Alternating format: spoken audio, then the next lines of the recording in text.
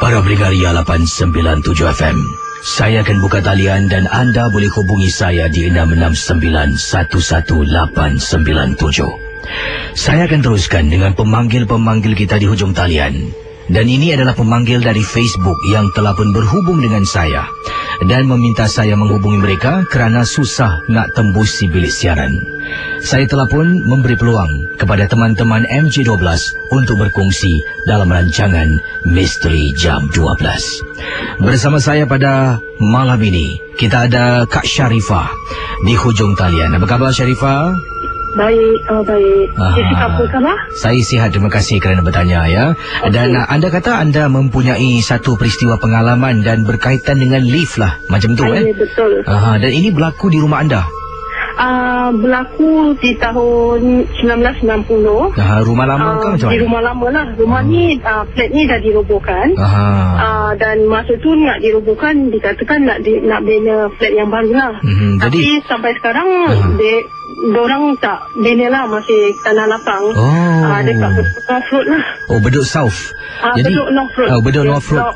Okey. Nak bilang ke blok 83. Jadi blok lama lah yang akan dirobohkan lah. Tak ada lagi blok ni.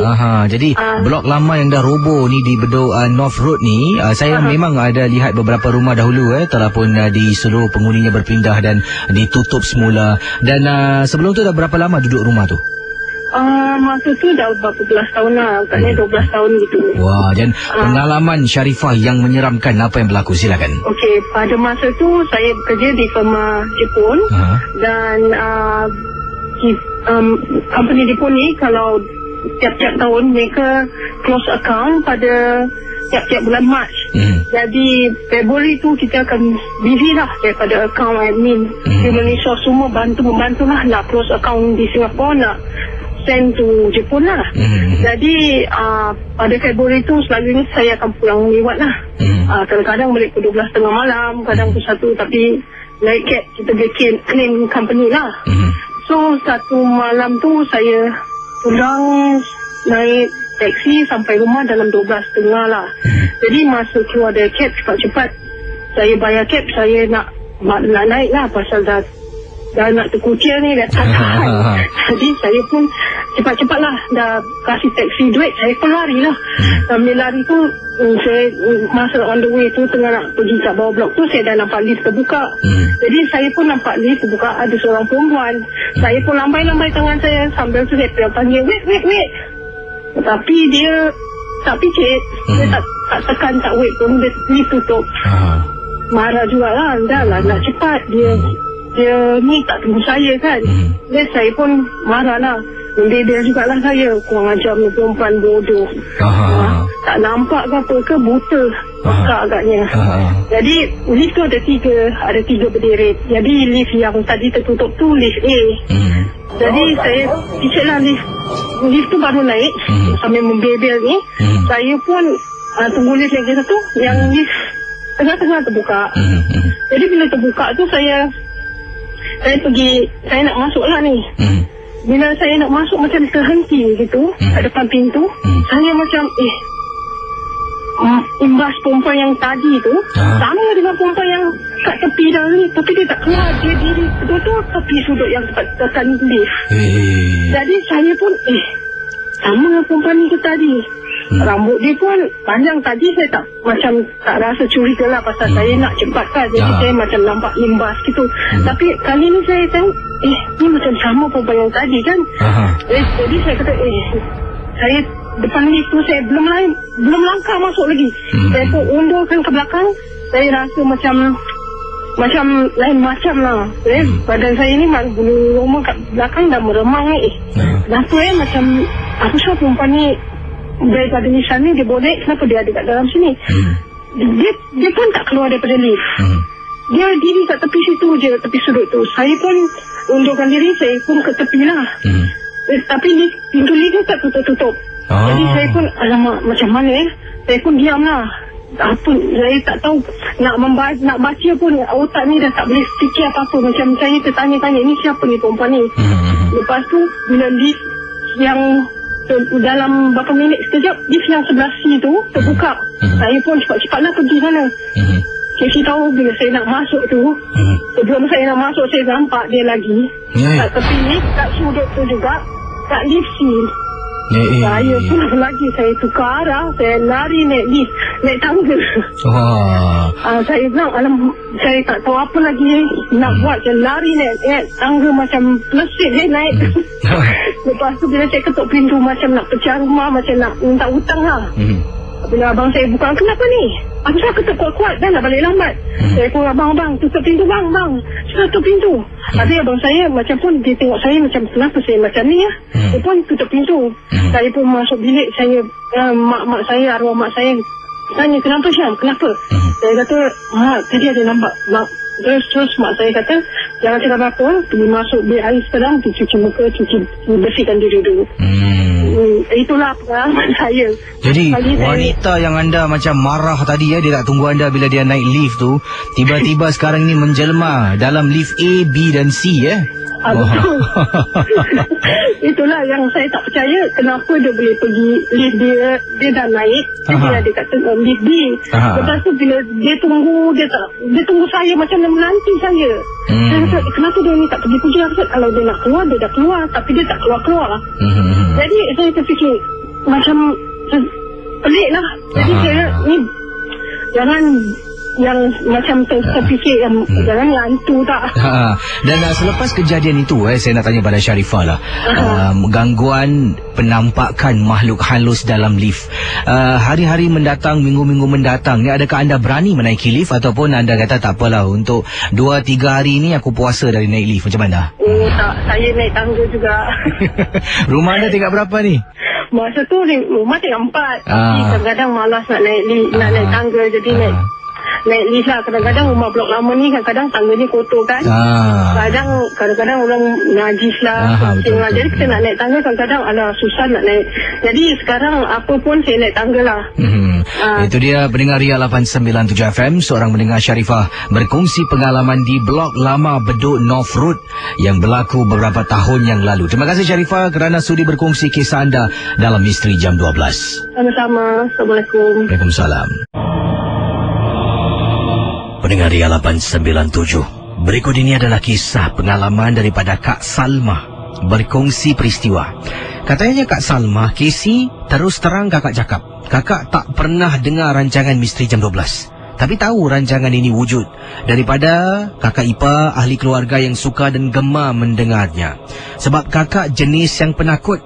Tapi Casey, tujuan kakak kirimkan email mesti Casey terkejut. Kalau tak dengar, kenapa kirim email? Sebab ini adalah satu perkara yang dialami oleh anak kakak sendiri. Sekeluarga, kakak dengan anak memang tak suka dengar. Kalau dengar pun suami, itu pun di tempat tugas. Di rumah, kakak memang tak izinkan dengar rancangan ini sebab takut kena gangguan. Jadi Casey, apa yang kakak nak ceritakan ini berlaku pada anak gadis kakak. Ada seorang anak gadis ni, kakak ada 4 cahaya mata, 2 lelaki, 2 perempuan. Anak kakak ni lah yang sulung anak perempuan. Jadi dia merupakan anak yang kedua, tetapi merupakan anak perempuan yang sulung. Apa yang berlaku, anak kakak ni memang suka sangat keluar balik malam, keluar dengan kawan-kawan, tak tahulah ke mana dia pergi. Kadang-kadang telefon pun tak nak jawab. Jadi membuat kakak ni rasa susah hati sebab dia merupakan anak perempuan. Kalau anak lelaki ni tak kisah Casey. Betul.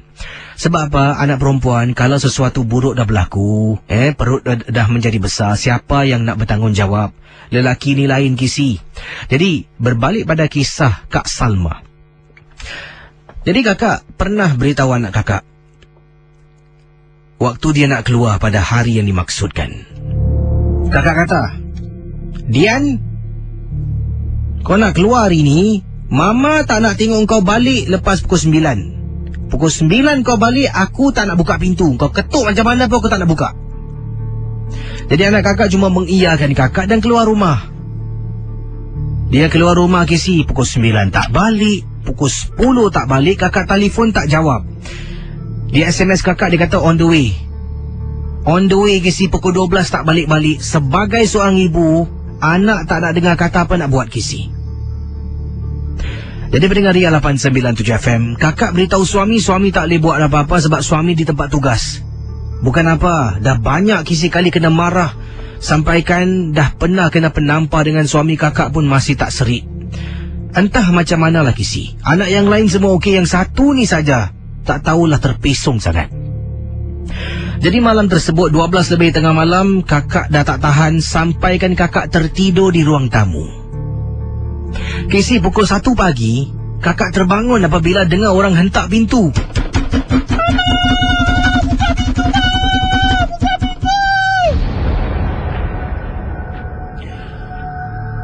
Bukan ketuk tapi hentak pintu sekuat-kuatnya. Kakak sampai terbangun. Bila bangun, nampak abang, adik yang lain semua terbangun. Semua berdiri depan pintu. Kakak pergi ke pintu, buka pintu, nampak anak kakak Casey.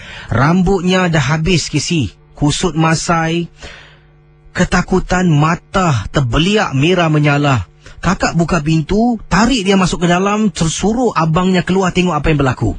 Anak kakak yang sulung keluar. Bila anak sulung keluar, masuk dalam balik, kakak tanya, ada orang tak keluar? Ada orang tak? Abangnya giling kepala, tak ada orang. Jadi tanya. Kakak suruh anak ambilkan air, berikan dia minum. Selepas dia tenangkan diri, kakak tanya, Dian, kenapa dengan Dian ni? Cakap dengan mama, kenapa dengan Dian? Ada orang kacau Dia giling kepala. Bang, tutup pintu bang. Apa dengan kau? Abang dia marah. Dah, kau jangan marah adik kau. Dian, kenapa dengan Dian? Cakap dengan mama. Bang, tutup pintu bang.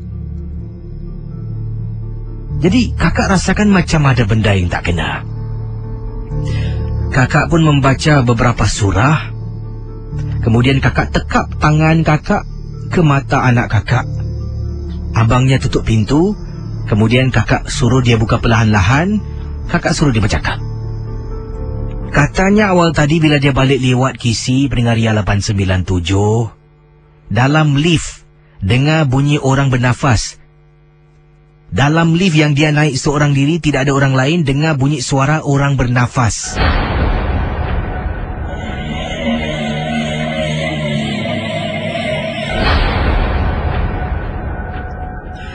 Apabila anak kakak toleh, alangkah terperanjatnya Kisi. Kelihatan seorang wanita sedang menyangkung berpeluk tubuh dalam lift dengan rambutnya yang panjang, sedang dalam keadaan bernafas sekuat-kuatnya. Bila anak kakak nampak, dia terperanjat. Dia pun tekan sebarang tingkat, pintu lift terbuka, keluar dan lari naik ke atas. Itulah yang dia ketuk pintu sekuat-kuatnya. Dipendekkan cerita, bila tanya dengan abang kakak yang juga boleh membantulah merawat kes-kes sedemikian rupa, rupa-rupanya malam tersebut anak kakak telah pun pergi adventure bersama dengan kawan-kawannya. Dan waktu tu hospital Lama Changi belum lagi ditutup. Mereka ke sana Kisi. Dapat tahu bila anak kakak ke sana, kakak marah dia. Dan kakak bersyukur juga sebab sejak kejadian malam tersebut, Kisi, sebelum maghrib anak kakak dah pulang. Sebelum maghrib dia ada di rumah. Memang dapat lihat perubahan yang cukup ketara, tapi ini mungkin doa kakak dan dibalas dengan sedemikian rupa supaya anak kakak berubah dan pulang ke rumah secepat mungkin. Pendengar Ria 897, saya akan terus bacakan kisah kiriman SMS berikut ini yang saya terima datangnya daripada Aslam berkongsi pengalaman peristiwa. Dan katanya di sini, saya pernah pulang agak lewat malam sekitar pukul 2 lebih pagi. Dan apabila sedang saya berjalan, ada dua budak Cina perempuan. Agak muda, saya rasa lingkungan usia mereka antara 15 hingga 17 tahun. Saya waktu itu, kata Aslam, sedang menunggu lift di rumah saya di kawasan Masling. Rumah saya berdekatan dengan sebuah longkang yang agak besar. Paham-pahamlah Kisi di mana agaknya. Jadi Aslam kata sedang menunggu lift, dua budak perempuan lari dan memanggil saya. Katanya, Uncle, help. Jadi saya toli, saya kata, what happened? Saya tanyakan ada pencuri ke? Dia kata tak. Dia kata boleh tak tolong temankan dia balik, dia takut. Takut apa? Dia nak cakap pun tak tahu. Nema Uncle, please Uncle help me. Dia suruh temankan mereka pulang ke rumah. Jadi rumah saya tingkat 10. Rumah budak-budak ni tingkat 6. Jadi saya pun temankan mereka sampai depan pintu rumah. Dia ucapkan terima kasih. Sampai depan pintu, ibunya pun keluar ucapkan terima kasih. Terima kasih pada saya. Jadi saya tak sempat nak tanya. Mereka kelihatan ketakutan sangat. Keluar lift mereka lari, jalan betul-betul ke si. Tapi saya kemudian lari sebab rumah mereka berdekatan dengan lift. Jadi saya pun toleh, kemudian rasa meremang sangat bulu rumah. Dalam hati saya, kata Aslam, tertanya-tanya, budak ni 2 orang tadi tu lari dari siapa? Saya pergi ke lift lobby. Rumah saya tingkat 10 kan?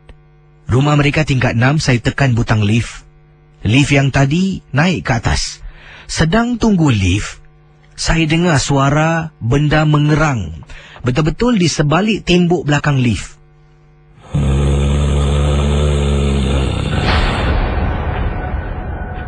Casey, pendengar Ria 897. Mata saya mula tengok kiri, tengok kanan.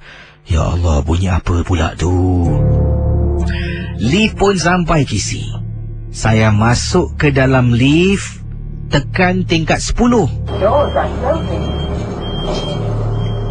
Sepanjang lift dalam perjalanan naik ke atas, fikiran saya tak tenang.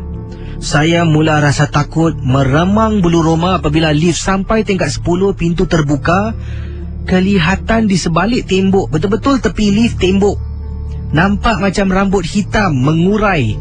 Tapi tak nampak siapa, cuma nampak macam kepala manusia sedikit saja dengan rambut hitam panjang mengurai.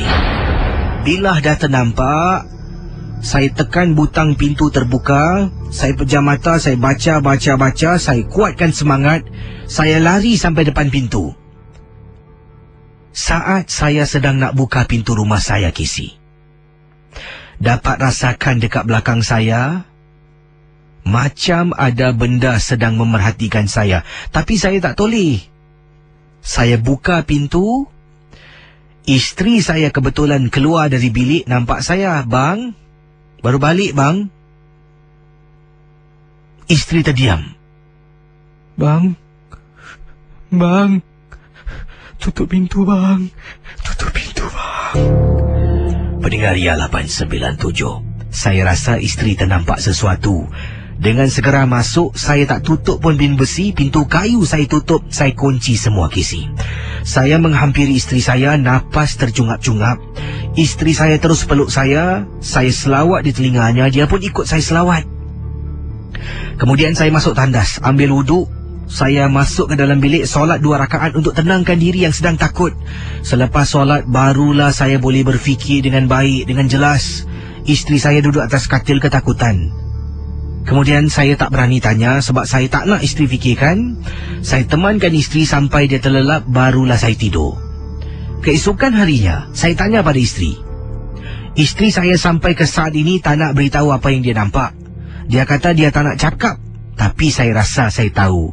Sebab pernah beberapa rakan mengatakan kawasan rumah saya ada penampakan makhluk yang dikenali sebagai hantu penangga. Yang ini, Casey, apa khabar? Sihat. Saya ingin ketengahkan satu peristiwa. Tadi Casey ada cerita tentang kes dalam lift. Anak saya pernah terperangkap dalam lift, Casey. Kes ini memang cukup dikenali. Kalau Casey sebut nombor blok ni, orang-orang yang tinggal blok di dekat kawasan rumah saya ni mesti tahu. Okay, saya tak boleh sebut nombor blok lah, sensitif. Kata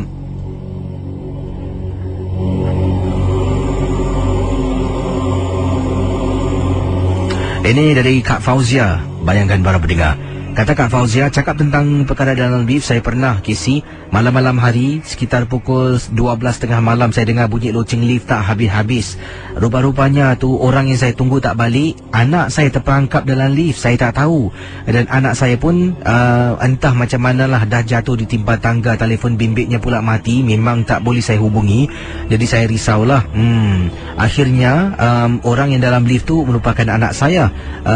Apa yang berlaku di sini mana ni? Apa yang berlaku? Anak saya sebenarnya ni sebelum dia dalam perjalanan pulang ke rumah, dia telefon saya. Dia kata on the way, baterinya nak dekat mati. Setengah jalan saya berbual dengan dia, bateri mati. Jadi bayangkan, dia kata 5 minit sampai, tapi dah nak dekat 1 jam saya tunggu tak sampai-sampai. Bunyi bell ring ataupun bunyi loceng pada lift berdering-dering tak henti-henti. Jadi akhirnya dia sempat hidupkan telefon bimbit dan sempat hantar SMS sebelum telefonnya mati buat kali kedua. Dia hantar mesej itu kepada siapa? Dia hantar mesej itu pada saya. Saya baca, "Mak, tolong terperangkap dalam lift." Tu saja. Jadi baru tahu dalam lift tu anak saya. Saya tengok lift tu terperangkap di tingkat 4. Saya turun tingkat 4. Kisi lift ni, bayangkan para pendengar kata Kak Fauzia, anaknya terperangkap dalam lift. Balik pukul 12 lebih tengah malam. Anaknya sempat mengirimkan mesej yang terakhir sebelum telefon mati dan tak boleh hidup lagi. Apa yang berlaku para pendengar Ria 897 FM, kata Kak Fauzia. Casey, bila terima mesej itu, baru saya tahu yang rupa-rupanya terperangkap dalam lift adalah anak saya.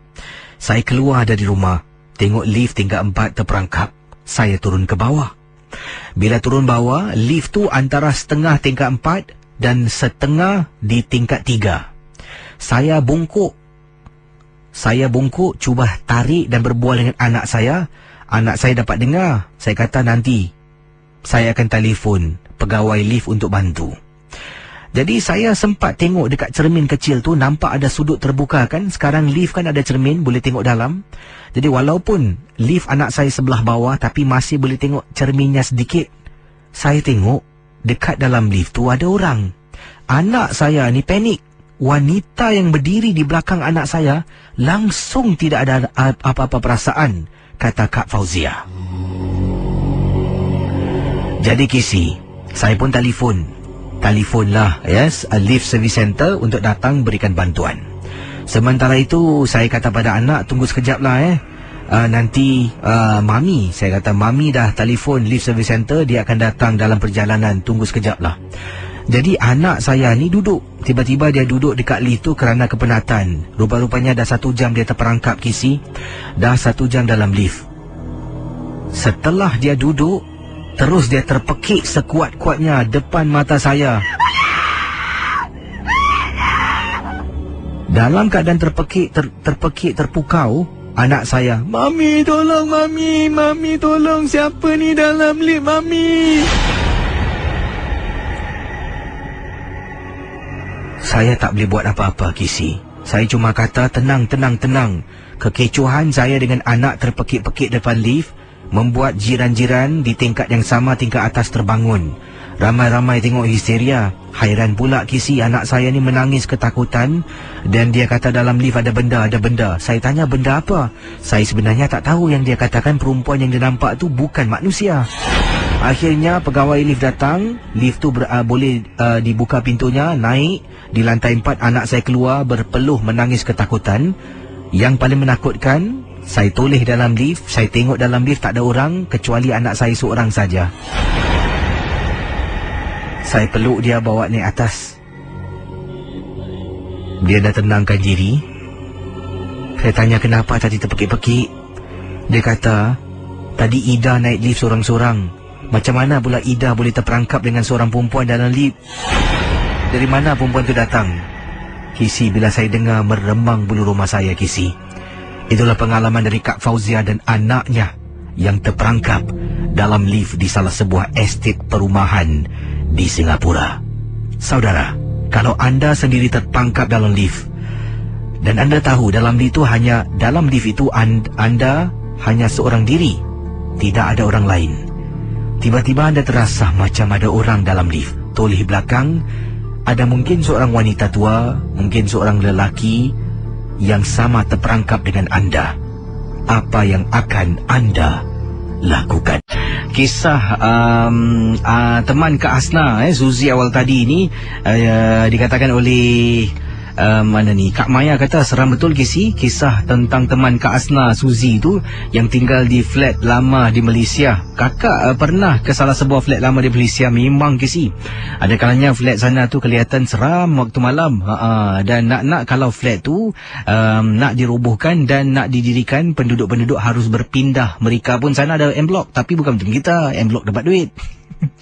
Okey, tapi katanya di sini kakak pernah boleh kongsi pengalaman kakak pernah diganggu ketika pulang lewat malam, dan sebenarnya jarang kakak balik malam. Itu pun kadang-kala kalau ada hal-hal penting sajalah. Dan waktu itu kakak berada di rumah mak yang terletak tidak jauh dari rumah kakak.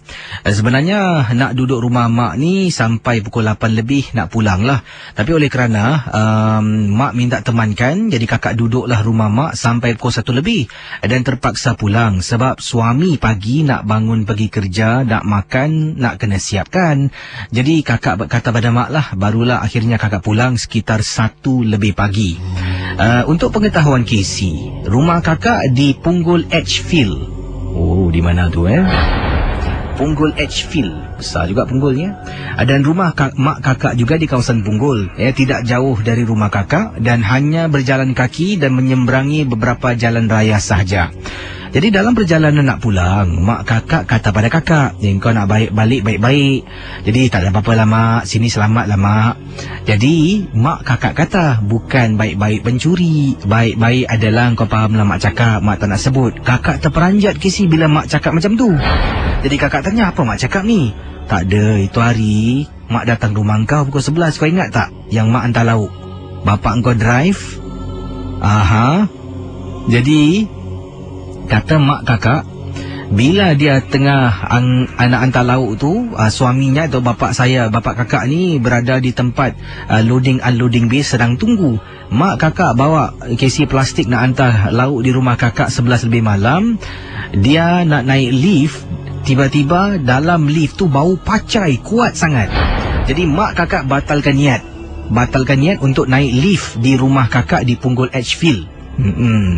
Jadi bila dia dah terbau tu, dia terus naik tangga. Rumah kakak nasib baiklah tak tinggi, tingkat 4 Casey. Mak kakak naik tangga perlahan-lahan sampai tingkat 3. Dia nampak arrow ataupun anak panah lift tu bergerak tunjuk naik atas. Jadi mak kakak perhatikan siapa pula insan yang berani naik lift. Sampai tingkat 3 lift tu berhenti, pintu terbuka. Dalam lift Casey, mak kakak nampak macam ada pocong berdiri. Bila dia nampak, dia terperanjat, dia terus dengan segera naik atas, melangkahkan kaki sampai rumah kakak, serahkan lauk tu. Sebab itulah malam tu kakak tanya, mak kenapa dengan mak ni termengah-mengah? Mak kata dia naik tangga. Kakak tanya kenapa naik tangga tak naik lift? Dia kata dalam lift ada lipas. Kakak tahu mak kakak ni memang takut dengan lipas. Kemudian kakak tersenyum dan dia terus turun ke bawah. Kakak pun tak tanya banyak cerita lah. Bila nak balik itulah, 1 pagi tu mak baru beritahu tentang apa sebenarnya yang berlaku. Casey, dengar cerita mak kakak terperanjat Casey, memang benar beberapa kali bila kakak balik lambatlah balik lewat malam, bila bersama dengan mak di rumah mak, memang ada terbau pacai dalam lift. Pada fikiran kakak tu mungkin perkara biasa, sebab ada malam-malam tertentu terbau sesuatu jangan tegur. Rupa-rupanya dalam lift tu ada penunggunya hantu pocong Casey. Wah, seram tu tapi saya rasa ibu pada kakak ni memang baiklah. Bagus Dia masuk lift tu, bau pacai tak berani tu dia keluar. Kalau kena kita, bau-bau lah, malas nak panjat tangga. Tekan, tingkat 7, tekan 7. Tengah naik atas, yang ini daripada Kak Sharifah. Assalamualaikum Casey. Waalaikumsalam. Casey, kakak betul-betul fobia. Ini berlaku 4 bulan yang lalu, dan percaya atau tidak, kalau Casey tanya anak-anak kakak, semua akan setuju dan akan mengiyakan kakak sekarang dah takut nak naik lift untuk pulang ke rumah, kata Kak Sharifah. Kerana pernah satu kali ni terjadi satu gangguan, kakak pulang agak lewat 11 lebih malam. Kakak dari rumah mak, dan bila nak balik tu teringat tak ada kunci. Bila tak ada kunci, kunci kakak tertinggal dalam rumah lah, dan nak tunggu suami dengan anak-anak pulang. Sebenarnya suami dengan anak-anak keluar pergi makan, kakak seorang tak dapat ikut sebab bertugas. Jadi sedang tunggu mereka pulang, kakak pun singgah ke rumah mak, sebab rumah mak dengan rumah kakak jauhnya dalam 5-6 blok lah, boleh jalan kaki. Singgah rumah mak, sedang tunggu, mereka pun kata mereka dah balik. Jadi Bila suami dengan anak-anak kata dah pulang ke rumah, dah balik, kakak pun nak ikutlah. Katanya nak keluar rumah, nak pulang ke rumah. Mereka tak boleh jemput sebab kereta semua dah penuh. Jadi kakak pun tinggalkan rumah mak sambil berjalan kaki ni. Memang rasa seram sejuk. Tiba-tiba perasaan ni macam ada benda tak kena. Macam ada sesuatu yang ikut dari belakang.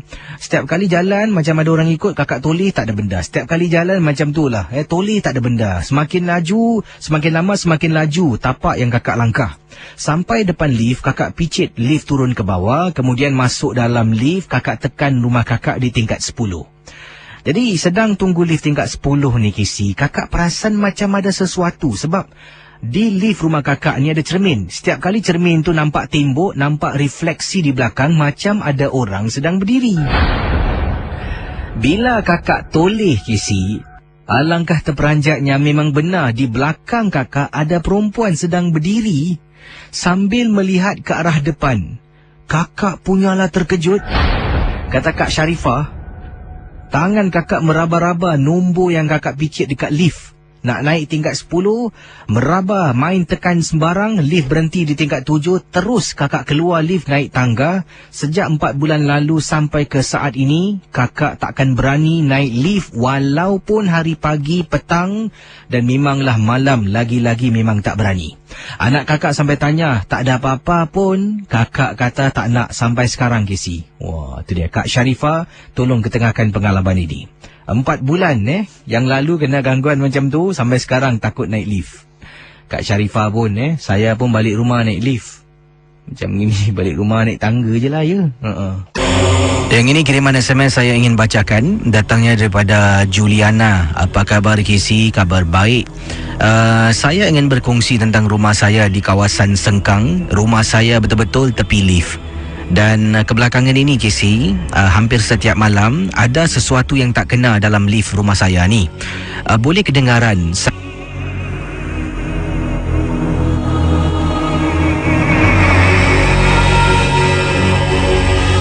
Jadi kata Juliana, dia ada mempunyai telinga yang sensitif lah. Orang buka pintu, orang bergerak sedikit dalam rumah, dia boleh terbangun dan senang dikejutkan dari tidurnya. Dan kebelakangan ini, lift rumah saya setiap hari Casey, pada malam dan waktu-waktu tertentu, pintunya akan buat main, tutup buka, dan memang cukup menyakitkan telinga apabila terdengar door closing beberapa kali. Doors are closing. Doors are closing. Doors are closing. Jadi mungkin itulah perasaan yang dialami oleh pendengar kita, Juliana. Dan sampaikan satu hari saya bangun. Saya bangun keluar dari bilik tidur saya. Kemudian saya buka pintu rumah saya jenguk. Memang nampak pintu lift buka tutup. Jadi saya rasa ada benda yang tersendat ke, ada sampah ke. Saya keluar daripada rumah saya. Dari koridor rumah, saya berjalan menuju ke arah lift yang pintunya buka tutup beberapa kali. Entah macam mana, dia tutup, dia buka. Dalam langsung tak ada orang. Tapi semakin dekat, semakin meremang bulu rumah saya. Bila dah sampai dekat, bau pacai memang cukup kuat. Dah saya tahu ada benda yang tak kena. Tak apa, saya tengok dekat pintu tu tak ada sampah. Jadi saya tekan. Kata Juliana, pintu tu masih buka tutup. Lat beberapa minit setelah saya berdiri lama Casey, pintu tu tutup dan tak buka-buka. Baguslah, dah berlaku tidur tenang sikit. Jadi apa yang berlaku, saya pun nak pusing. Saya pusing nak balik ke rumah saya. Pintu lift terbuka. Bunyi lagi suara. Saya toleh belakang dalam lift Casey, saya nampak ada perempuan berdiri. Saya punyalah takut, tak tahulah dari mana dia datang. Adakah itu manusia ataupun bukan. Dengan segera saya jalan masuk ke dalam rumah. Pintu besi saya pun saya tak ketak mangganya. Masuk dalam rumah, meraba-raba cari pintu, tutup pintu tanpa pusing belakang. Kemudian saya kunci semua, masuk dalam bilik. Dan sekarang ini bila saya nak tidur malam, saya dah beli earplug. Saya sumbatkan di telinga saya. Begitulah penyakit yang saya ada. Saya mudah terbangun, terjaga waktu malam. Walaupun bunyi orang buka pintu, saya boleh terdengar. dan ia akan mengganggu tidur saya. Jadi saya beli earplug dekat kedai runcit dan saya tidur amat tenteram dan tenang. Terima kasih dan juga selamat tengah malam. Macam-macam pakai earplug tidur. Betul ada di antara kita tidur, ada orang panggil tidur mati lah. Tidur bom jatuh pun macam tu lah istilah digunakan. Jatuh pun tak boleh terbangun lah. Orang tarik ambil tarik bantal, tarik selimut, dia boleh itu kira gone case lah. Ada pula yang terlampau sensitif, buka pintu man baru balik man. Itu satu lagi kes kronik Jadi memanglah ada yang tidur yang senang terbangun tu lah masalah. Sebab setiap malam terganggu lah. Dan yang hairan ni Juliana, rumahnya saya rasa lift tu tidak begitu dekat, tapi katanya rumahnya tepi lift. Boleh dengar pula tu bunyi lift titit door closing Lain kali jumpalah Town Council, suruh dia pelankan volume bila malam awak kontrol, ada remote kan. Baik, akan saya kembali sebentar nanti. Dan kalau saya jadi Juliana, saya takkan keluar rumah lah. Biarlah benda tu macam tu lah. Awak ni macam cerita filem dah tahu seram, nak juga periksa. Saya akan baca satu kiriman email dulu sebelum saya jawab panggilan anda. Baik, kisah berikut ini juga berlaku di salah sebuah estet perumahan di Jurong. Yang ini dari Abdul Qayyum, berkongsi pengalaman peristiwa yang tak dapat dilupakan. Beliau kata, Kisi, saya ingin ketengahkan sesuatu yang menyeramkan berlaku di estet perumahan saya di Jurong. Lift di rumah saya ni, kalau Kisi berada di tingkat 1, di luarnya ada satu monitor TV. Ini bermaksud orang di dalam kita boleh lihat dari monitor. Dalam lift tersebut ada kamera. Ini tujuan untuk keselamatan. Dipasang tujuan untuk keselamatan, kata Abdul Qayyum. Saya balik dari tempat tugas sekitar pukul 2 lebih pagi. Bila berada dari kawasan tempat letak kenderaan, saya pun berjalan. Dari jauh kelihatan seorang perempuan ni sedang berdiri menunggu lift. Saya pun kejar Kisi. Bila lift datang, pintu terbuka, saya kejar. Entah macam mana Kisi, budak ni Kisi, rasa-rasa hati saya geram sangat-sangat. Apa yang berlaku, kata Abdul Qayyum? Budak ni masuk dalam lift, nampak saya sedang lari kejar lift, dia tekan butang tutup, pintu tertutup. Saya tahu, mungkin dia fikirkan saya ni perompak, penyamun, perogol, saya tak pasti. Tapi mungkin tentang keselamatan. Bila saya berdiri depan lift, rasa marah mula meluap-luap. Saya pun tengoklah budak ni sedang berdiri dalam lift daripada monitor TV betul-betul dekat tepi lift. Alangkah terperanjatnya, dalam lift yang sama Kisi, kelihatan di belakang budak tu berdirinya seorang makcik tua. Awal tadi, dari jauh saya guarantee with a chop, katanya Abdul Qayyum. Tidak kelihatan seorang makcik pun yang berdiri mahu memasuki lift yang disebutkan. Kalau dalam lift tu ada makcik, takkan budak tu takut nak naik lift dengan saya. Ini bermaksud, budak tu memang seorang diri. Jadi bila saya tengok makcik ni dalam lift dengan budak tu, kemudian dia bertukar pula. Bertukar image lift ataupun monitor tersebut ke kawasan tempat menunggu lift pula. Kemudian dia bertukar balik dalam lift. Bila sampai di tingkat 7, saya nampak budak tu keluar. Makcik tu masih berdiri dalam lift. Pendengar Ria 897 FM, Abdul Qayyum mengatakan bila saya tekan butang lift turun, makcik tu masih berdiri. Saya pun apa lagi, lift nak dekat sampai tingkat 1, saya berdiri jauhkan diri daripada pintu lift. Pintu lift KC, pendengar Misteri Jam 12. Agak-agak anda apa yang berlaku. Pintu lift terbuka. Saya tengok di dalam lift, langsung tak ada orang KC. Hello, selamat pagi. Selamat pagi. Hai, siapa tu? Ini Kak Sal daripada Isyun deh. Kak Sal, ada pengalaman Kak Sal? Ada sayang. Silakan. Ini boleh? Boleh, silakan. Okey, pengalaman kakak dalam 1 tahun punya kakak pergi ke Batam tu adik. Tapi tempatnya kakak tak boleh sebut lah. Okey. Kakak naik yang kakak punya saudara tingkat 5. Kakak tingkat 7. Yang lagi satu ni kakak tingkat 8. Yang benda ni nak naik ni dia tingkat 7. Kakak daripada tingkat 5 naiklah dari tingkat 7. Sekali buka lift kat lift ni kat Batam ni, buka lift dia pun masuk. kakak cakap nombor kakak ni naik. Dia masuk, anak kakak tepi. Abang kau tengah. Dia ni tengah lelaki, dia tengah. Habis anak kakak yang lelaki tengah. Tepi tu dek. Jadi dua-dua ni ke tengah lah. Rambut dia panjang, dia tunduk aja. Habis suami kakak picit. Picit nak pergi ke mana, cakap orang putih lah. Dia tak jawab, dia diam. Rambut dia panjang. Seram kakak dengan satu lip ni. Picit dekat mata, tak jawab. Sekali datang, sekali satu hari tu benda pada dalam tu benda tu wangi. Wangi sebab wangi. Kabir katanya suami kakak, cakap anak kakak lah, Saleh. Dan diam, kata jangan cakap-cakap, kata tahu. Cakap diam. Kata habis anak kakak dah takut, kau minta maaf sayang, sampai terkencing dia. Habis sekali dia dah sampai dekat 7, dia keluar. Kakak pun ikut, semua ikut. Hilang. Hilang dek. Kebesokannya kakak dengar daripada kat bawah lah, lobi. Dia kata hotel tu pernah terbakar. Itulah misteri. Inilah dek. Yang berlaku Yang berlaku lah sayang. Itulah kali kakak seram dek. Satu lip dengan dia. Tak pernah, rambut dia panjang. Ini nak tanya pada akak ni, menangkan akak ada telefon ni, tentang tadi ada Haji Syam kata tentang jantung pisang tu ada tempat penginapan makhluk halus nama Pontianak. Ada pernah dengar ke macam tu?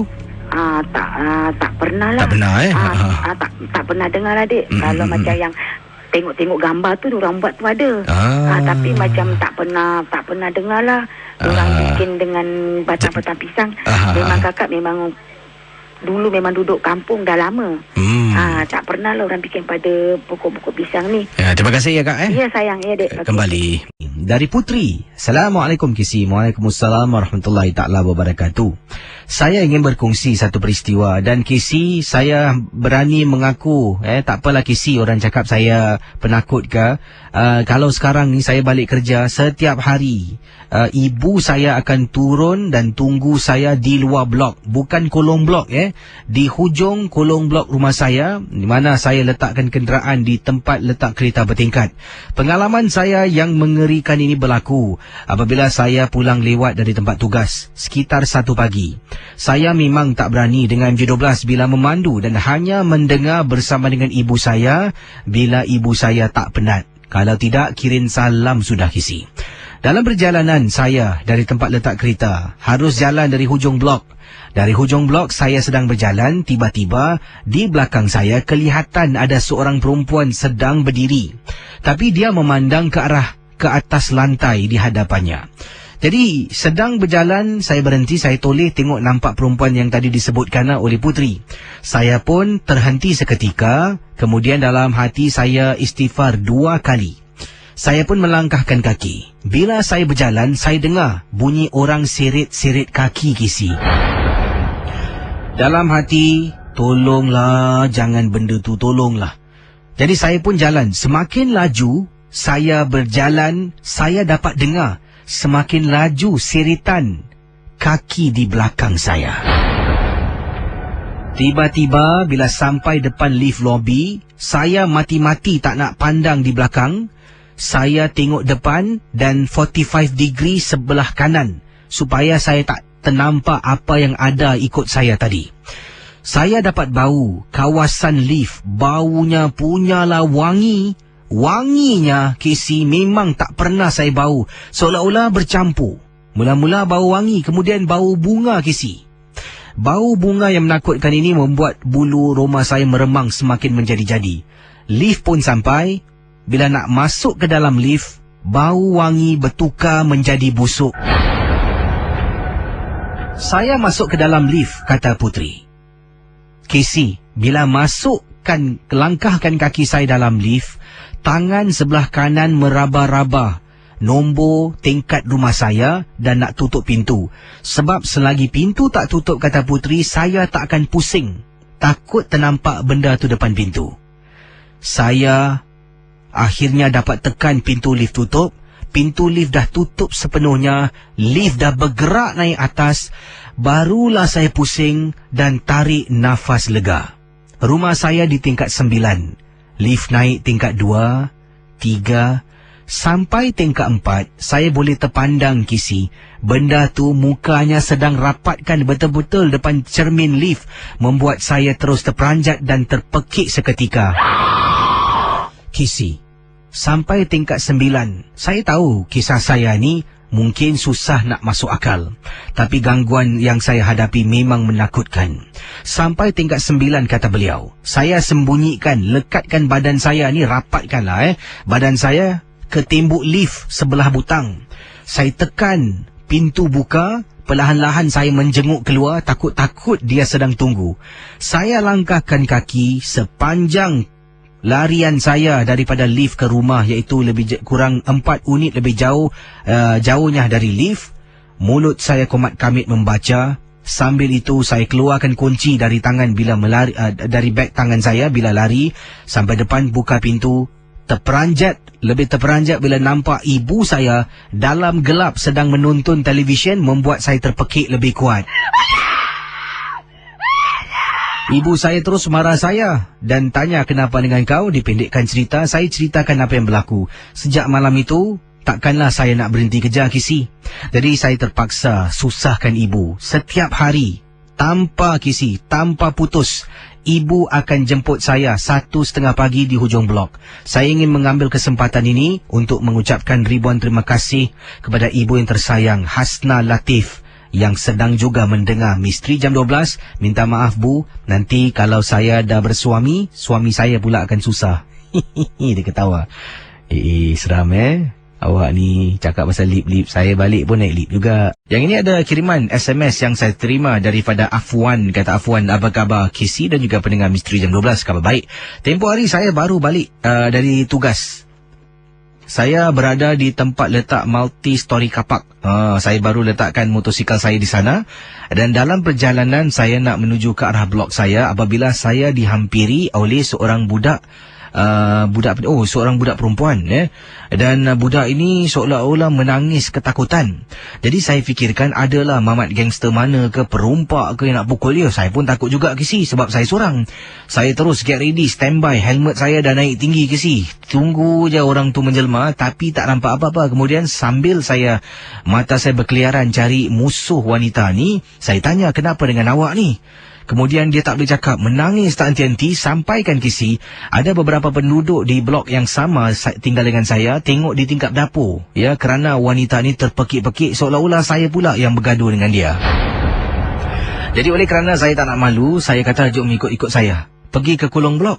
Jadi saya tanya, awak boleh bertenang tak? Kenapa ni awak menangis? Jadi akhirnya dia tenangkan diri dia cakap dengan saya, dia tinggal 2 blok jauh dari rumah saya. Misal kata saya blok 660, dia blok 662, macam itulah.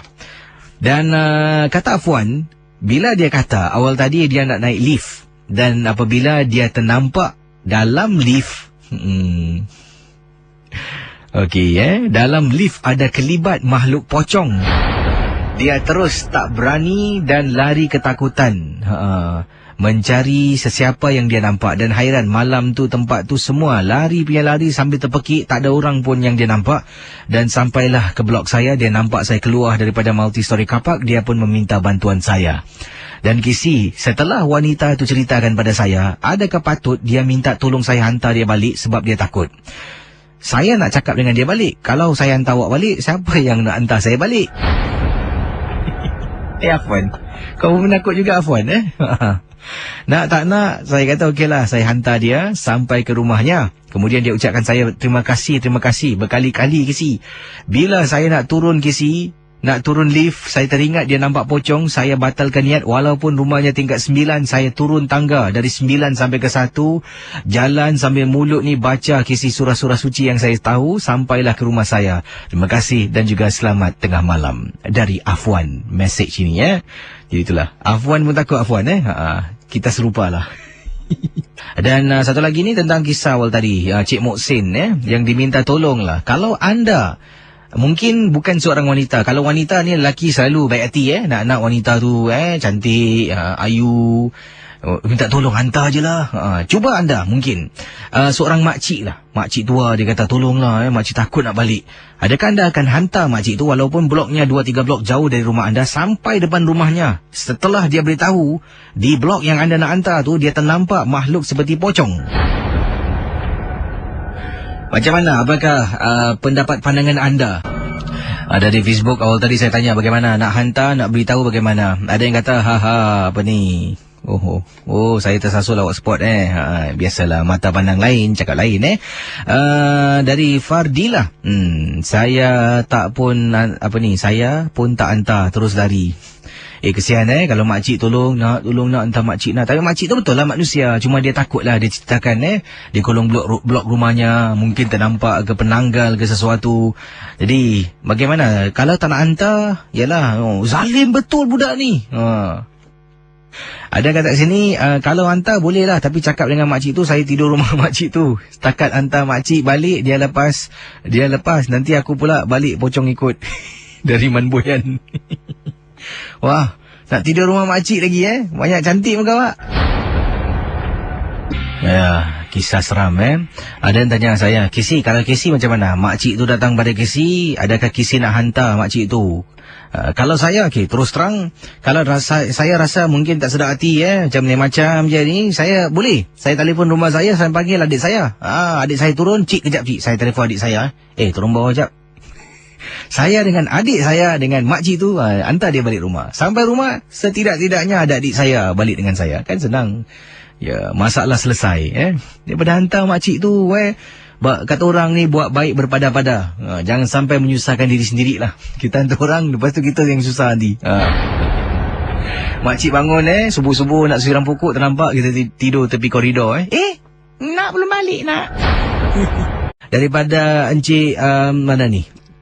Ni nama samaran Gambit kata, Bro Casey, ingin ceritakan satu pengalaman peristiwa yang menakutkan. Kisah ini berlaku di rumah saya di salah sebuah tempat di Marine Terrace. Kata beliau di Marine Terrace. Dan Gambit kata waktu tu satu pagi, saya ni sebenarnya baru balik dari kerja, dan sebelum tu ada singgahlah di kedai untuk beli makanan lah. Jadi bila sampai di rumah ni, pintu lift nak tertutup.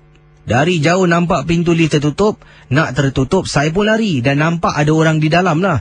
Dalam hati kata, ni orang kalau tak tunggu aku dapat dia. Konon-konon marah lah. Saya lari selaju-lajunya, memang benar Kesi, dia tak tunggu saya. Saya kata, wait, tunggu. Dia tetap tak tunggu, pintu lift tetap tak terbuka. Saya lari, kemudian apa yang berlaku? Saya sempat tekan butang lift. Jadi kata Gambit, awal tadi bila dia kejar lift tu nampak orang di dalam. Bila pintu lift terbuka, dalam lift tak ada orang, Kesi. Betul Kesi. Dalam hati terus bercakap, mana tadi orang berdiri dalam lift? Oleh kerana saya dah takut ataupun dia gunakan perkataan cuak lah. Cuak tu mungkin ada teman-teman dari Indonesia tak tahu apa maksudnya tu. Takutlah oleh kerana saya dah cuak Kesi. Saya pun tak berani naik lift. Saya kata sampaikanlah salam sudahlah. Rumah saya tingkat 5, jadi saya naik tangga. Bila naik tangga ni, sampai di tingkat 5, yang hairan pintu lift yang tadi terbuka, yang saya tekan, berada di lantai 1, sampai tingkat 5, pintu lift terbuka di tingkat 5. Takkanlah lift begitu pantas naik. Dan siapa pula yang tekan tingkat 5? Tak apa, saya pun buat bodoh. Rumah saya tepi lift. Betul-betul daripada rumah saya boleh nampak pintu lift. Casey, sedang saya buka pintu, saya macam rasa dari belakang saya ni ada orang menjenguk dari luar, dari dalam lift menjenguk keluar. Bila saya rasa ada benda tak kena, saya tak berani toleh ke belakang, tapi saya tahu ada benda sedang menjenguk. Baru nak tutup pintu dengan orang, Assalamualaikum. Casey, saya ni mengaji tak pandai. Sampaikan doa makan semua saya baca Casey, untuk hilangkan rasa takut. Betul kalau kita dah takut, apa jualah surah yang kita ingat, doa makan ke doa yalah tertentu ke, kita baca je lah. Jadi itulah dia pengalaman daripada peringkat kita, namanya Gambit, berlaku di salah sebuah kawasan di Marine Terrace. Yang ini daripada kiriman-kiriman daripada Wati kata, KC, Wati ingin kongsi satu peristiwa. Anak Wati pernah ketika kami pulang agak lewat lah pukul 11 malam, jalan di kolong blok. Tiba-tiba bila sedang tunggu lift, anak Wati berdiri dan perhatikan sesuatu. Bila Wati dah masuk lift, dia masih tercegat berdiri di luar. Wati panggil, boy. Dia tak bergerak. Jadi tengok terus matanya terbeliak takut. Wati pun tiba-tiba rasa meremang bulu roma. KC, rupa-rupanya dalam lift ada sesuatu, KC, yang Wati tak nampak, anak nampak. Wati pun tinggalkan lift tu, keluar, kemudian dokong anak. Boleh rasa badan anak menggeletar, menggigil, macam ternampak sesuatu yang menakutkan. Oleh kerana Wati dah takut, telefonlah suami yang ada di rumah. Nasib baik suami belum tidur. Suami turun bawah jemput kami, tapi anak mati-mati tak nak naik lift. Terpaksalah kami 3 beranak, rumah tingkat 7, panjat tangga sampai lantai 7. Itu dia. Wati tak beritahu apakah mungkin ada tanya tak pada anak anda apa yang anak nampak. Jadi anda bayangkan situasi Wati sekarang ni. Beliau dah sampai di rumah, di kolong blok rumahnya 11 lebih malam. Lift sampai, ibu masuk dulu. Anak aku kat luar pula. Boy, masuk sini, cepat, boy.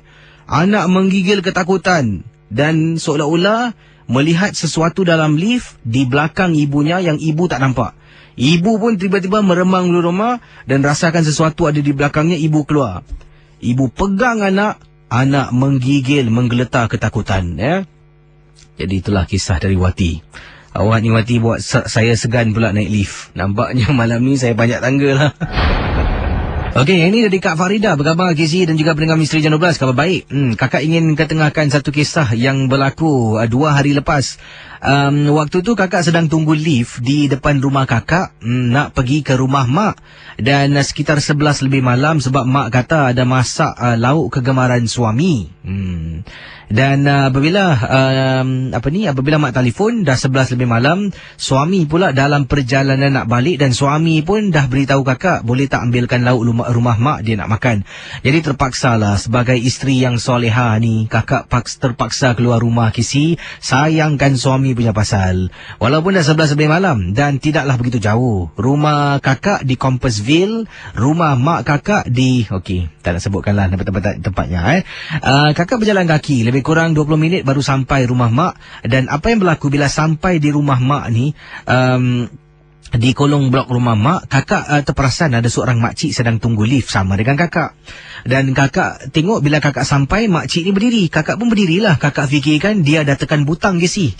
Dah tekan butang lift, nak tunggu lift turun. Jadi bila dah nampak orang, biasanya lazimnya kita tahu orang tu mesti dah tekan butang kan. Kakak diri lama KC. Diri sambil tu belik-belik handphone kakak. Kemudian kakak tengok, kenapa lift ni tak turun-turun ni? Bila kakak perhatikan, rupa-rupanya makcik ni tak tekan butang. Jadi kakak pun, daripada kakak berdiri di hadapan ni makcik, kakak berdiri di belakangnya, kakak jalan ke depan makcik, tekan butang. Bila kakak tekan butang, kakak toleh ke belakang, nak berdiri balik tempat tadi tu, terperanjat kakak KC, makcik tu dah hilang. Nak tak nak naik lift sampai rumah mak, kakak telefon suami, suruh suami jemput kakak balik ke rumah, ambil kakak di sini. Dan suami kata tak boleh sebab dia pergi kerja tak bawa helmet ekstra. Terpaksa lah KC, kakak balik sorang-sorang, minta mak tolong temankan sampai bawah. Sampai bawah KC. Dan kakak ceritakanlah pada mak kakak tentang apa yang berlaku. Sampai bawah pula, apa yang berlaku bila dah ceritakan pada mak kakak mungkin katakan itu mungkin gangguan-gangguan yang random agaknya lah, saja-saja nak takutkan kakak. Tak apalah, kakak balik rumah. 20 minit kemudian sampai bawah kolong blok, dari jauh nampak makcik yang sama KC tengah tunggu lift. Kakak punya terkejut, nak tak nak terpaksa naik tangga tingkat 5 rumah kakak sampai atas, termengah-mengah dah lah jalan 20 minit. Suami punya pasal, masuk dalam rumah dah panaskan lauk, suami balik tinggal makan je, tak tahu pun apa yang berlaku. Itu saja, terima kasih dan juga selamat tengah malam. Wah, ini dia isteri misali dipanggil, isteri soleha. Amin. Saya rasa mungkin yang diceritakan oleh akak kita tadi tu memang benar. Kadang-kadang bila kita nampak orang dari jauh ni tunggu lift, dari jauh kita nampak, tunggu lift lah. Automatik kita tak akan picit butang sebab orang tu dah diri dulu, mesti dah picit butang Kita pun diri kakak tu mungkin diri, kenapa lift tak turun-turun? Tengok makcik ni, alamak, geram tak picit butang Kakak tekan butang, toleh belakang, makcik tu hilang. Macam mana tu? Yang hairan, dah lah takut. Sampai minta ibu temankan lah turun bawah. Sampai bawah, sampai rumahnya 20 minit kemudian, makcik yang sama ada di sana. Macam mana tu? Yalah, masing-masing punya rezeki. Sejauh ini saya tak nak lihat dan tak akan lihat lah. Kalau boleh lah, tak nak lah. Ada yang mengatakan pernah juga dapat email-email yang dikirimkan tentang seseorang tu yang nak sangat tengok makhluk-makhluk ni. Apabila benda tu di depan mata, sampaikan dia terperanjat membawa maut. Sejauh mana kebenarannya saya tak pastilah. Baik, ini tentang kisah sebelum kita berehat saudara pada pendengar misteri jam 12. Kisah tentang anak gadis yang pulang lewat. Dan ini bukan sekali, dia pulang lewat, malah hampir setiap malam. Kata Kak Hasna, anak gadisnya yang berusia 17 tahun, pulang lewat malam. Pulang lewat malam. Ada kalanya keluar dengan kawan-kawan, ada kalanya sekolah. Sebab anaknya sekarang ini berada di salah sebuah politeknik di Singapura. Jadi banyaklah projek harus dilakukan. Kadang-kadang belajar di sekolah dengan kawan-kawan, dan ada kala juga keluarlah dengan teman-teman. Tapi dah beberapa kali nasihat oleh ibunya tak didengar. Sampailah satu hari, anaknya yang bernama di sini digunakan Putri saja, pulang lewat kebetulan hari Khamis semalam Jumaat. Hari itu ribut. Kata Kak Hasna, kakak risau Casey. Awal tadi telefon anak kata dalam perjalanan, tapi dah 1 jam lebih tak sampai-sampai rumah. Telefon lagi, telefonnya mati. Mungkin agaknya baterinya low. Jadi kakak terpaksa tunggu sampai dia pulang. Tepat jam 12.48. Ingat lagi masa tu, sebab kakak sering kali tengok jam. Pukul berapa nak balik. Ada orang ketuk pintu, dengar perempuan menangis di luar. Kakak buka pintu, anak Casey menangis. Kakak tarik dia masuk dalam. Kemudian kakak tanya kenapa. Dia menangis tak henti-henti. Mama tolong mama. Dia peluk kakak. Bila kakak sentuh badannya itu, kakak peluk badan anak kakak. Kata Kak Hasna, menggigil Casey. Di dapur ada air Yasin yang kakak simpan, sebab hari Khamis malam Jumaat tadi ada kakak hadiri majlis tahlil. Ramai-ramai juga membaca Yasin. Kakak simpan air itu kebetulan. Kata Kak Hasna, berikan kepada anak. Setelah dia minum, dapat tenangkan diri. Kakak tanya kenapa. Awal tadi, bila dia balik naik lift, dalam lift Casey ada orang berpaut pada kakinya. Pada mulanya dia fikirkan kucing. Dia tendang ke tepi. Dia tengok lantai lagi. Ada orang Casey, manusia, perempuan berpaut pada kakinya. Terus dia terpekik dan menjadi ketakutan. Okey, yang ini datangnya daripada Alung. Alung kata, Assalamualaikum Casey. Waalaikumsalam. Saya ingin berkongsi pengalaman dan ini benar-benar berlaku. Saya sekarang ni dah fobia nak naik lift untuk masa terdekat. Apa yang terjadi pada saya amat menyeramkan. Saya bertugas seringkali balik malam. Dan kadang-kala 11 malam, 12 malam, tengah malam baru sampai. Dan untuk pengetahuan Casey, rumah saya terletak di kawasan Marsiling, estate perumahan lama. Di rumah saya ni kalaulah dah pukul 9, 10 ke atas ni, memang sunyi. Jadi bila saya balik tu, dah letak motosikal saya pun nak pulang ke rumah sedang jalan. Saya rasa macam tak kena. Selalunya kalau kita ada perasaan macam tu, seolah-olah macam ada benda ikut dari belakang. Setiap kali jalan tu, saya akan toleh, tapi tak nampak orang. Jadi sedang saya tunggu lift untuk turun ke bawah, saya pun keluarkan telefon bimbit saya untuk bermain dengan handphone saya lah. Lift sampai, saya masuk ke dalam. Baru saya masuk ke dalam, nak picit tingkat rumah saya, tingkat 6 Casey. Baru nak tekan nombor, makin meremang bulu rumah saya. Tiba-tiba dalam lift bau kemenyan. Manalah orang bakar dalam lift bau kemenyan. Hati saya rasa tak sedap. Saya keluar dari lift. Dengan izin Tuhan Casey, saya langkah kaki keluar lift. Bila jalan keluar, sempat saya nak toleh ke belakang. Bila saya toleh dalam lift ada orang Casey. Entah bila dia masuk, macam mana dia boleh menjelma saya tak pasti. Pintu lift tu dah separuh nak tutup, baru ternampak ada seorang perempuan sedang berpakaian baju chongsam warna merah berdiri dalam lift. Untuk pengetahuan Casey, dekat blok yang saya tinggal ni ada kes, tapi dah lama Casey. Dah lama, mungkin tak ada kena mengena, tapi saya rasa adakah ia orang yang sama. Seorang wanita Cina terjun bunuh diri. Betul-betul tepi lift yang saya naik tu. Bila teringat, ternampak seolah-olah kelibat wanita dalam lift. Teringat kisah yang dah lama berlaku. Terus saya panjat tangga. Punyalah penat. Naik atas tingkat 6 rumah saya, buka pintu. Itulah pengalaman peristiwa yang tak dapat saya lupakan. Terima kasih dan selamat tengah malam Casey. Yang ini datangnya daripada Ijat. Bro Casey, wah kisah lift tadi seram sih. Saya pernah kena macam tadilah akak tadi. Isteri saya tugas balik malam, kata Ijat, dan saya pula bertugas balik petang. Jadi bila balik tu, setelah makan masakan yang disiapkan oleh isteri, saya pun tidur. Sampailah satu malam ada sesuatu berlaku. Kata Ijat, isteri saya naik lift dengan seorang perempuan. Kalau kisah tadi tu, kisah Aini, dia naik lift seorang. Kemudian dia rasakan sesuatu ada di belakang, dia toleh ada benda tu sedang menyangkung. Yang ini pula, kata Ijat, isteri saya balik malam, naik lift dengan seseorang. Dia tak perasan sebab dia sedang sibuk SMS kawan tugasnya. Dia masuk lift sama-sama dengan orang ni.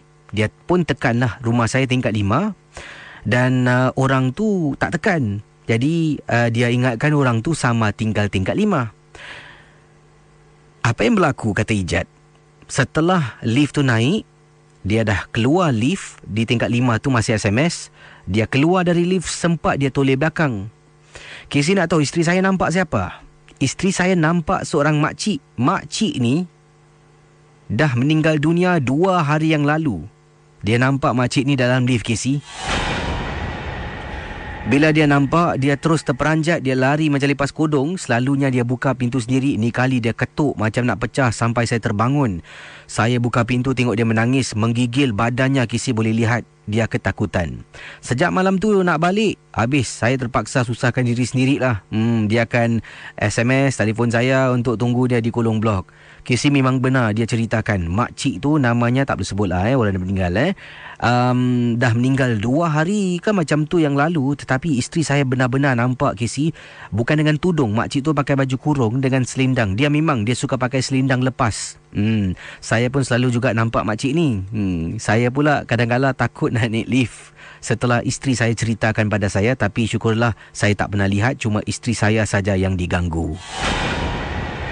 Macam-macam Saya pula balik nak naik lift. Tak apalah, malam ni saya balik naik tangga je lah. Mungkin saya boleh telefon adik saya untuk jemput saya dekat bawah kolong blok. Selamat pagi. Hai, selamat pagi. Siapa bercakap ni? Nurul. Nurul ada kisah misteri tentang apa, Nurul? Silakan. Okay. From the previous story, ada few people cakap pasal dalam lift. Ada pengalaman dalam lift. So for my side, Nurul tak tahu. Nurul pun pernah kena dalam lift juga. So I tak tahu whether orang ke atau bukan orang. Ini di rumah anda lah? Dekat rumah makcik. Oh, okay. Staying overnight lah. So apa jadi was that time dalam maghrib punya time, after maghrib lah. So what happened, Nurul nak turun bawah, nak pergi kedai. Ada kawan Nurul tunggu kat bawah blok. Okay. Sekali Nurul nak balik, nak pergi kedai. Sekali dalam lift ni tingkat 10, Nurul nak turun bawah. Pasal apa tu, adik-adik Zali Nurul cakap, panggil lah kakak, kalau kakak nak turun bawah, be careful, 7 atau tingkat 8, you need to be careful. Sebab sana memang keras dia cakap gitu. So Nurul tak ambil endah. So bila turun nak pergi kedai tu, tak rasa apa-apa. So bila turun tu sekali tiba-tiba lift tu turun sampai tingkat 7. Okay. Kan orang maghrib kan selalunya flat, mesti dia punya flat punya lighting dah on kan. Okay. Tapi dia tak on. And then it's a new renovating punya flat, punya lift. I could actually see what is outside the lift. Oh, ni lift yang ada cermin tu lah, ada tingkap kecil tu kan? Ada. Tapi masih gelap. Nurul tak nampak muka, tak nampak apa. Tapi Nurul nampak badan. Sekali Nurul cakap lah, apa-apa pun, pasal tiba-tiba terasa takut. Apa-apa pun tunjukkanlah muka. yang sempurna yang boleh Nurul terima lah. Tiba-tiba cakap macam gitu tau. So istighfar. Sekali bila pintu lift tu terbuka, I saw a lady. A lady pandang bawah. Nurul terperanjat dengan keadaan dia, because dia pakai berkemban, kain batik. Orang dia gebu-gebu, comot sangat. Rambut dia very messy. Tiba-tiba dia pandang bawah, dia tengok Nurul sekejap, terus dia tunduk balik, terus dia masuk dalam lift bersama dengan Nurul. Biasanya Nurul seorang. So bila dia masuk tu, terus Nurul macam ke tepi, biar dia lebih macam orang kata tak like 1 meter away from me lah.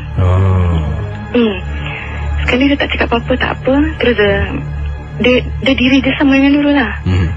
Nurul tak terbaca apa-apa pun. Habis just istighfar, astagfirullah. Bila anda istighfar tu dalam hati kan anda lafazkan? Itulah. Tak ada, dalam hati. Tak cakap apa-apa pun. Nurul dah macam, ini kenapa ni? Kenapa dia pakai? Tak rasa takut, tak rasa apa. Cuma rasa macam, kenapa dia pakai baju berkemban Kenapa dia comot sangat ni? Kenapa? Terus dia tak bergerak pun. Dia cuma pandang kat bawah aje. So bila dah sampai kat tingkat 1 tu, itulah yang paling lama sekali yang dulu dapat rasakan lah. So bila dia dah keluar tu, dia tak keluar macam biasa tau Casey. Dia keluar mengisut. Dia ngisut, dia keluar dia pelan-pelan. Nurul jalan keluar. Terus bila nak pusing belakang nak tengokkan dia tu kan, Nurul tengok dia hilang. She's not even there. So tak tahulah whether is it orang atau bukan orang. Habis Nurul tanya-tanya orang juga, pernah tak experience benda-benda macam gini? Dan dia kata maybe bukan orang. Tak tahulah, saya pun tak tahu.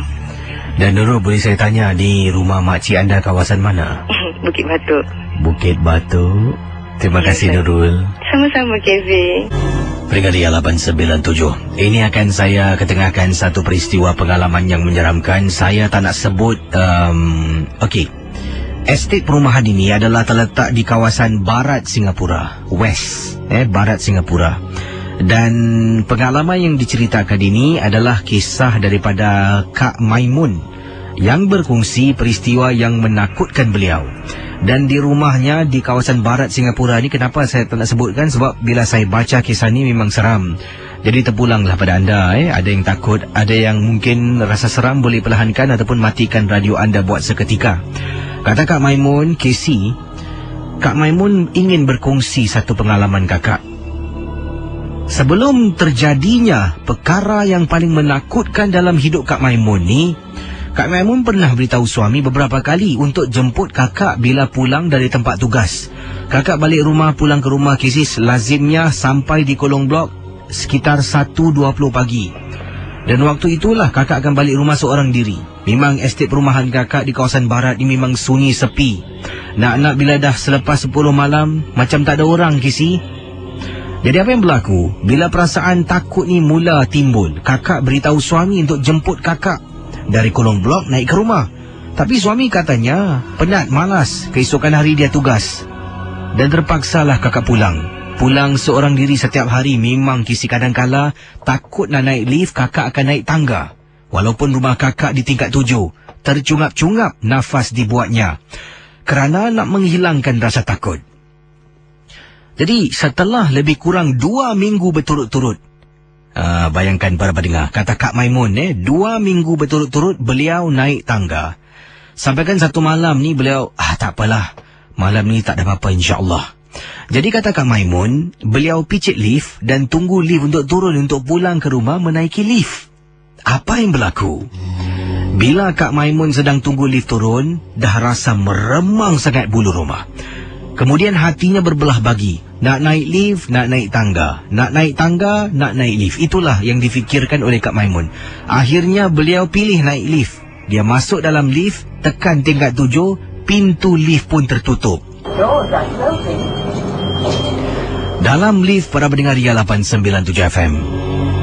Dalam lift, tiba-tiba Kak Maimun katanya, saya perasan Kisi, di belakang saya macam ada orang. Tapi saya tak toleh. Saya pandang ke arah lantai, tak nak tengok, tak nak ambil tahu. Dalam hati ini jantung berdegap-degup sebab saya tahu belakang saya ada orang. Mulut saya mula membaca. Kisi, kata Kak Maimun. Para pendengar Ria 897 FM. Kak Maimun mula baca. Misal katanya, Bismillahirrahmanirrahim. Kisi, bila baca tu, benda di belakang boleh ikut, Kisi. Bismillahirrahmanirrahim. Kakak istighfar sampai tingkat 7 pintu lift terbuka. Kakak lari lintang bukang, ketuk pintu macam nak pecah. Suami tak bangun-bangun. Akhirnya kakak buka pintu masuk dalam. Macam nak putus nafas kakak. Tutup pintu, duduk di sofa ketakutan. Setelah kejadian malam tersebut, kata Kak Maimun, percaya ataupun tidak Casey dan pendengar rancangan MJ12, kakak balik rumah sampai ke saat ini akan naik tangga, tidak akan naik lift kalau seorang diri. Terima kasih dan selamat tengah malam. Kalau saya tak tahulah, tangan saya mungkin lift nak naik tingkat 7, tangan saya terus tekan tingkat yang paling dekat lah. Saya terus keluar, naik tangga sudahlah. Dan bagaimana dengan anda yang bertugas waktu malam? Adakah anda berani menaiki lift? Tepuk dada tanya selera. Saya pun kerja malam ya. Teman Ria 897. Saya akan cuba bacakan kiriman email berikut ini. Ini adalah kisah juga tentang seorang lagi kakak kita. Bernama Kak Suryani. Bertugas waktu malam, sampai ke rumah setiap hari katanya. Kakak akan sampai di rumah sekitar pukul 1 lebih pagi. Percaya ataupun tidak Kisi, setiap hari 1 lebih pagi transport akan datang, hantar di depan blok rumah kakak, akan turun dari transport dan pulang ke rumah. Rumah kakak tingkat 6. Pastinya kakak akan pulang ke rumah menaiki lift. Dan Kisi, cuba Kisi bayangkan, antara satu malam kakak terkena gangguan. Sejak malam itu kakak tidak berani lagi menaiki lift. Apakan daya Kisi, rumah tingkat 6 terpaksalah Kisi. Kakak penat ke kaki sakit akan melangkahkan kaki menaiki tangga untuk pulang ke rumah. Nak ajak suami turun bawa temankan, suami pula bertugas pada paginya. Jadi inilah satu-satunya antara pengorbanan yang harus kakak lakukan. Kisi, gangguan yang membuat kakak takut naik lift apabila satu malam ini kakak baru pulang dari tempat tugas. Kakak masih ingat lagi tarikhnya 14 April 2011. Ini merupakan tahun inilah ya. Jadi kata Kak Suryani, pengalaman kakak sedang berjalan, kakak dengar ada orang ikut kakak dari belakang. Seperti biasa, kita akan toleh. Kakak toleh tengok kiri kanan, tak ada orang Kisi. Kemudian meremang bulu roma, bulu tengkuk, bulu tangan semua meremang. Kakak mula mulut di komat kamit Kisi, membaca surah-surah sepanjang perjalanan sampai depan lift. Kisi bayangkan, tak pernah umur kakak balik ada 2 lift pintu terbuka. Selalunya, lazimnya satu lift akan berada di tingkat 12, satu lift akan berada di tingkat 1. Tapi pintunya tertutup dan lift akan gelap. Waktu kakak pulang pada hari yang menakutkan ini, kedua-dua lift sebelah A dan B, kedua-duanya berada di tingkat bawah. Pintu terbuka tetapi lampu kedua-dua lift gelap. Jadi kakak pun tak fikir bukan-bukan. Dalam hati, masuk A ke B, kakak masuk lift A sebab lebih dekat dengan kakak. Bila masuk ke dalam lift A, barulah kakak tekan nombor tingkat 6. Lampu menyala, pintu lift pun tertutup. Dalam masa yang serentak, para pendengar Ria 897, cuba anda bayangkan sekarang ini. Jadi lift tu gelap, kakak tak nampak sangat dalamnya. Masuk ke dalam, tekan tingkat 6, pintu tertutup, baru lampu menyala. Apa yang berlaku bila kakak tengok daripada cermin yang ada dalam lift, ternampak reflection Kisi. Di belakang kakak ada perempuan sedang berdiri, kepalanya sengit sebelah, seolah-olah dalam keadaan yang menakutkan. Kakak nampak, kakak tutup mata. Astaghfirullah. Kakak istighfar berkali-kali Kisi. Kemudian tangan kakak meraba butang lift, tekan sebarang tingkat. Kisi, lift berhenti di tingkat 4. Kakak keluar, lari lintang bukang naik tingkat 6 rumah kakak. Tercungap-cungap nafas dibuatnya. Dan sejak malam itu, kakak tidak berani lagi nak pulang dan menaiki lift. Tak apa Kisi, setiap hari dari bulan April sampai sekarang, bulan 12, kakak memanjat tangga. Terima kasih dan juga selamat tengah malam yang ikhlas. Kak Suryani. Ada yang beritahu saya ni tentang satu kisah peristiwa yang tak dapat dilupakan daripada Zubaida kata, apa khabar Kisi? Tentang lift Kisi, memang cukup menakutkan. Saya pernah terkena satu gangguan ni yang menyeramkan dan katanya ini berkenaan dengan lift lah. Apa yang berlaku, saya ni baru balik kerja sekitar pukul 11 malam. Jadi saya, Zubaida kata, sedang menunggu lift. Sambil itu saya pun SMS lah tunang saya yang saya dah sampai rumah. Kemudian saya dengar dekat belakang ni ada orang bernafas. Saya toleh belakang. Bila toleh belakang tengok tak ada orang. Rasa tak sedap hati ni. Saya toleh ke depan kembali. Bila saya pandang depan, lift pun terbuka. Saya masuk dalam. Tekan rumah saya tingkat 9. Lift dalam perjalanan naik atas, tunang saya pun telefon saya. Dia gunakan 3G network lah. Jadi bila dia berbual dengan saya ni macam video call, saya boleh nampak dia boleh nampak saya. Jadi sedang saya berbual-bual ni, kemudian saya bercakap dengan dia. Saya kata dah sampai rumah. Biasalah Kisi bermanja-manja dengan tunang di telefon. Kemudian tunang saya diam Kisi. Sepanjang perbualan saya seorang yang berbual. Saya keluar dari lift, kemudian baru dia cakap cepat balik. Saya tanya kenapa cepat balik. Jadi tak apalah, sampai rumah saya masuk dalam, kemudian saya tanya kenapa, baru dia ceritakan. Tapi nasib baiklah saya tak nampak. Tunang saya kata awal tadi bila saya berdiri dalam lift, bila saya pegang telefon, jadi kamera phone di hadapan tu nampak saya dan nampak belakang saya. Di belakang saya Kisi, dia nampak ada perempuan sedang berdiri dalam posisi yang menakutkan. Seolah-olah wanita tu mulutnya ternganga dan sedang lihat saya dari belakang. Sebab tu awal tadi saya dengar bunyi orang macam bernafas dan panggil saya. Tapi saya tak perasan dan saya tak toleh langsung buat kali kedua dalam lift sebab sedang seronok berbual dengan tunang saya. Terima kasih dan selamat tengah malam. Awak ni Zubaida kirim SMS macam ni, saya balik nak naik lift rumah saya pula tingkat tinggi. Ayo, naik tangga je lah. Besok confirm stomach muscle. Berikut ini ada kisah yang amat ringkas saya terima. Datangnya daripada Ana. Ana kata, Assalamualaikum Kisi. Ini kiriman SMS yang saya terima. Waalaikumsalam Ana. Boleh tak Kisi ketengahkan kisah yang ringkas saja? Saya ni dah kali ini masuk 7 hari. Dah seminggu lah katanya. Takut nak naik lift di waktu malam. Kalau siang hari, petang-petang saya tak kisah. Tapi kalau waktu malam, saya ada fobia sedikit. Tempoh hari, saya balik kerja lewat sekitar pukul 3 pagi. Sampai di Kolong Blok, saya pun SMS lah. Teman kerja saya. Tengah saya berbual dengan teman, saya pun masuk dalam lift. Kata teman. Jadi, bila pintu lift tertutup, kata Ana, dalam lift, entah macam mana, sampai antara lantai 1 dan 2, tengah-tengah tu lift berhenti. Lift berhenti seketika, lampu gelap, saya menjadi terperanjat. Jadi yang ada di tangan saya adalah lampu daripada iPhone yang saya gunakan sedang SMS teman saya. Saya punyalah terkejut, saya terus suluhkan lampu tersebut kepada butang lift yang ada loceng. Saya tekan loceng beberapa kali Kisi. Sedang saya suluhkan lampu iPhone saya di butang lift untuk tekan loceng, lift tu sebelah kiri saya tu macam cermin besi yang boleh boleh nampak belakang lah, ataupun reflection di belakang. Saya suluh, terperanjat belakang saya ternampak ada perempuan diri sambil kepalanya ditundukkan. Bila saya nampak tu, saya jadi Kisi dah tak tentu arah. Saya tekan.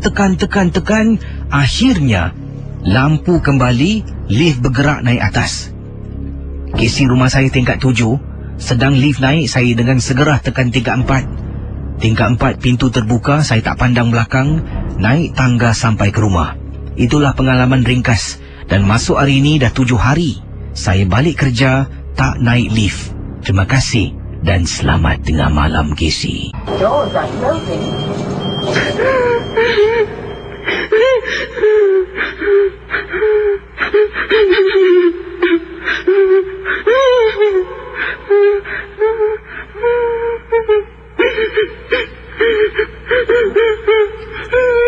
Teman-teman Ria 897, saya ingin tanya pada anda.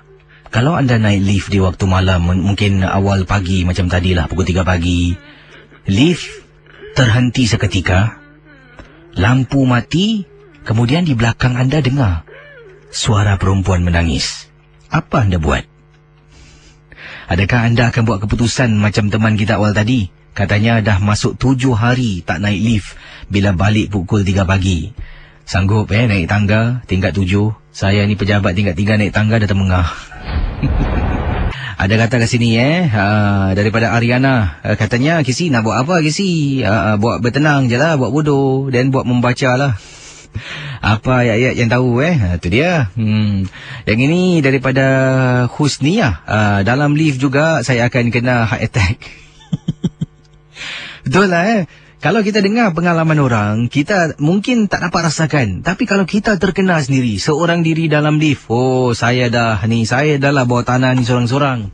Dah bawah tanah seorang diri kadang-kadang cerita yang seram-seram. Ada pula pendengar-pendengar yang cuba telefon menakut-nakutkan dan sebagainya. Ada pula bukan menakutkan, dengar suara dah takut. Macam mana? Itu original Dan itulah kadang-kadang kena tabahlah. Ini kan tugas, jadi apa nak buat. Macam awak tanya pengawal keselamatan. Saya kadang-kadang pernah tempoh hari lah, dah lama juga saya ada lakukan audio recording di luar konti. Dan ada juga bangunan kosong tu ada juga pengawal keselamatan, saya minta izin lah. Jadi saya tanya abang, abang jaga sini sorang-sorang, bangunan macam ni tak seram ke? Apa nak buat dek? Dah cari rezeki. Macam tu lah. Begitu juga dengan anda tanya kalau mungkin pemandu taksi tak seram ke? Kerja taksi hantar orang di kubur malam. Apa nak buat dek? Cari duit. Macam tu lah. Jadi walaupun yang sedang mencari rezeki pada malam ini, kita doakanlah semoga dapat berjalan dengan lancar, tidak ada gangguan, dan dapat tamat lah dengan penuh kesempurnaan. Baik, yang ini katanya lift jam. Saya pun tinggal tingkat 7. Nampak gaya seminggu nak turun tangga, cepat slim aku. Okey, dari AB List yang kirimkan di Facebook dia ini. Ya ke tak turun tangga? Seram juga tau kisah lift tau. Yang ini Jose Antonio Reyes katanya, kalau saya pura-pura pingsan lah, besok pagi saya bangun. Wah, lama betul pingsan dalam lift. Wah, dahsyat lah.